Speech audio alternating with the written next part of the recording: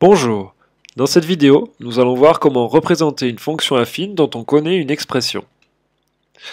Imaginons deux fonctions affines, f définie par f de x égale 3x moins 2, et une fonction affine g définie par g de x égale 1 plus 2 tiers de x.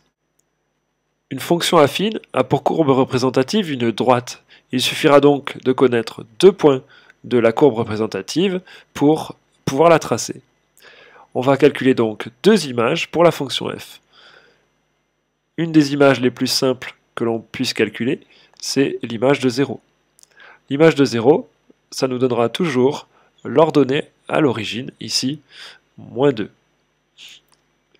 Une autre image ici assez simple à calculer, ça peut être l'image de 1. L'image de 1, ça fait 3 fois 1, moins 2, et 3 fois 1, moins 2, cela fait 1. On peut dès lors tracer la courbe représentative de la fonction f, sachant que l'image de 0 c'est moins 2, l'image de 1 c'est 1. Le point A matérialise l'image de 0, le point B matérialise l'image de 1. On peut faire exactement la même chose pour la fonction g.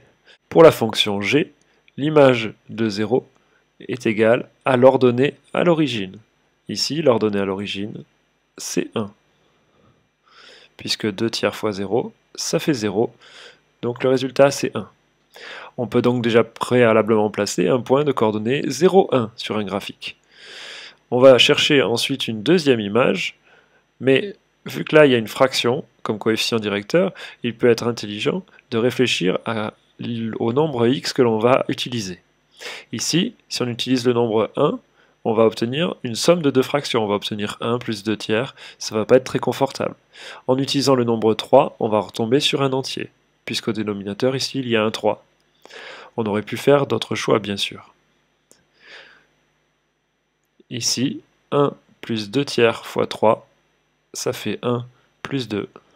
Et 1 plus 2, ça fait 3. On a donc une courbe de la fonction g, qui est droite, qui passe par le point de coordonnées 3, 3. On peut dès lors tracer la courbe de la fonction g.